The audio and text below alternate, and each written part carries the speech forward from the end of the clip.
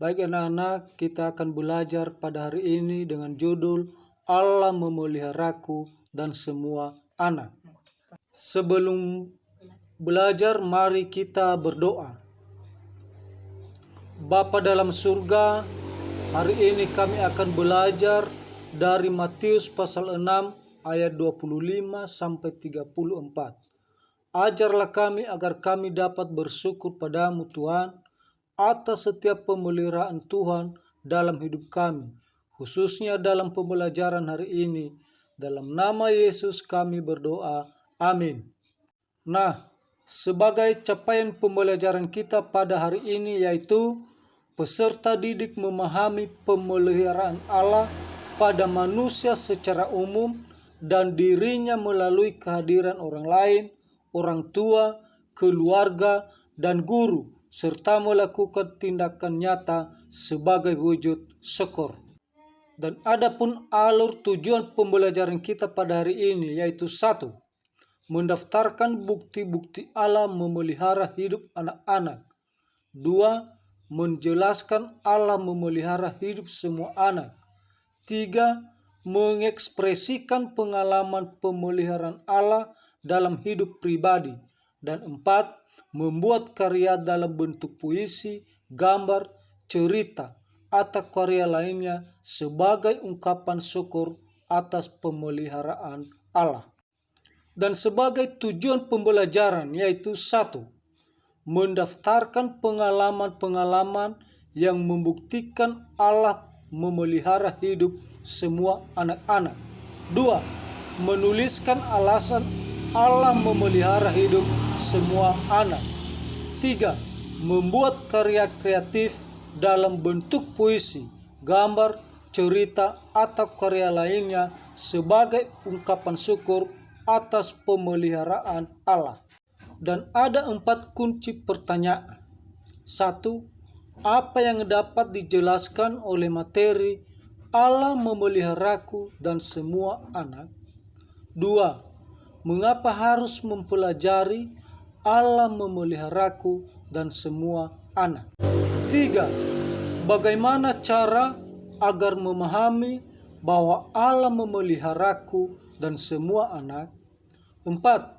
Untuk apakah pemahaman materi Allah memeliharaku dan semua anak itu bagi peserta didik? Melalui pembelajaran ini diharapkan dapat mencermati teks Alkitab dari Injil Matius pasal 6 ayat 25 sampai 34 agar peserta didik tidak khawatir sebab Allah memelihara hidup semua anak. Adapun beberapa kegiatan dalam pembelajaran ini yaitu melalui berbagai kegiatan seperti diskusi, menjawab pertanyaan, membuat karya kreatif.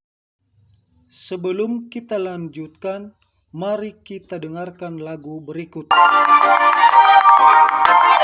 Burung pipit yang kecil dikasihi Tuhan, terlebih diriku dikasihi Tuhan.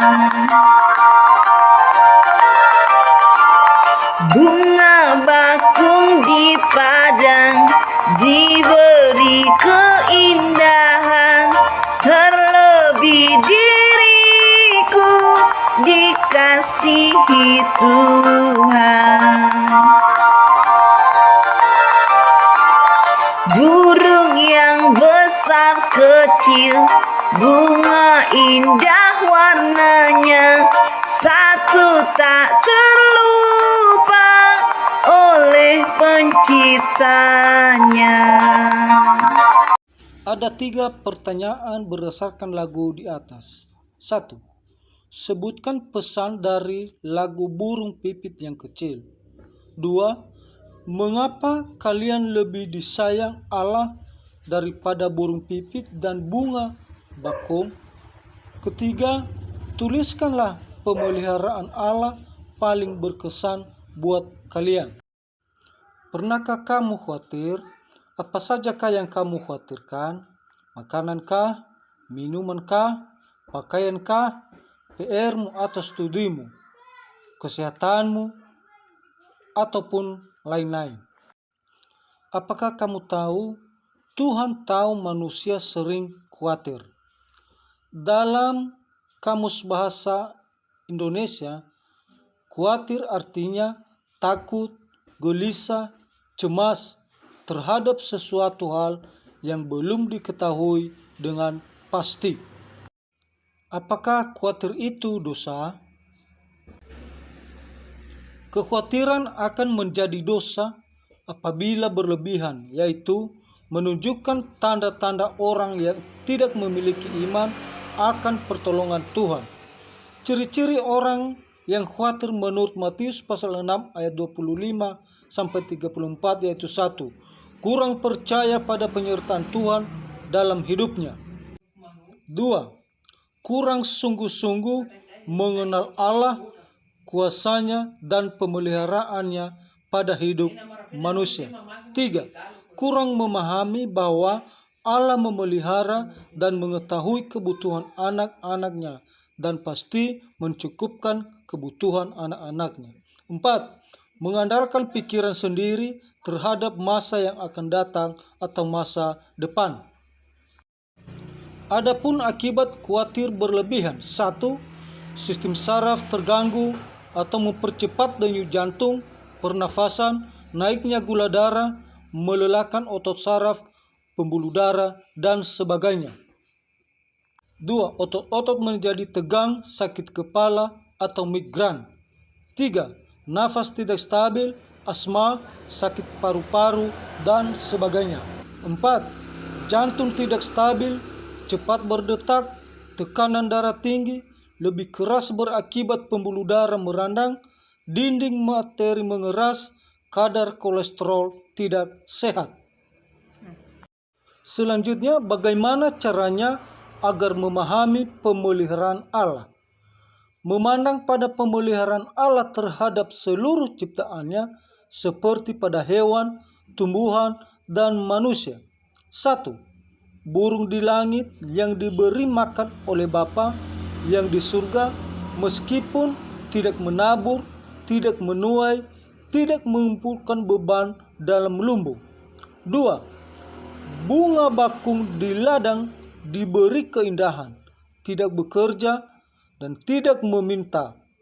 3. Raja Salomo dalam segala kemegahannya tidak berpakaian salah satu dari bunga itu. Jika Allah begitu memelihara burung pipit dan bunga bakung dan rumput di ladang, maka Allah pasti mendandani kita yang adalah anak-anaknya. Allah pasti memelihara hidup kita melalui kehadiran orang tua, opa, paman, bibi, guru, dokter, bidan, pendeta, kakak, dan abang kita di rumah dan di sekolah, dan semua orang yang menolong kita dalam perkembangan hidup kita. Allah mau dan pasti memelihara hidupmu, karena Allah sungguh-sungguh menyayangimu, sebab kamu lebih istimewa daripada hewan dan tumbuhan. Oleh sebab itu, kita harus taat kepada Allah dengan rajin berdoa, tekun baca Alkitab, dan rajin beribadah, menurut pada nasihat ayah ibu, guru, dan sebagainya. Mengapa kita tidak perlu khawatir? Karena Allah adalah pemelihara hidup kita, dan kita adalah orang-orang yang percaya dan diselamatkan oleh Allah dalam Yesus Kristus. Allah menginginkan kita fokus pada tujuan Allah, mencari dahulu kerajaan Allah dan kebenarannya. Di dalam kasih tidak ada ketakutan. Kasih yang sempurna melenyapkan ketakutan, sebab ketakutan mengandung hukuman, dan barang siapa takut, ia tidak sempurna di dalam kasih. Matius pasal 6, 25-34 dituliskan agar kita memiliki keberanian percaya bahwa Tuhan mengabulkan doa kita jikalau kita meminta kepadanya menurut kehendaknya. Dan jikalau kita tahu bahwa Tuhan mengabulkan apa saja yang kita minta, maka kita juga tahu bahwa kita telah memperoleh segala sesuatu yang telah kita minta kepadanya. anak-anak kami sekalian, demikianlah pembelajaran kita pada hari ini. Semoga bermanfaat untuk kita semua. Salam dari kami. Salam.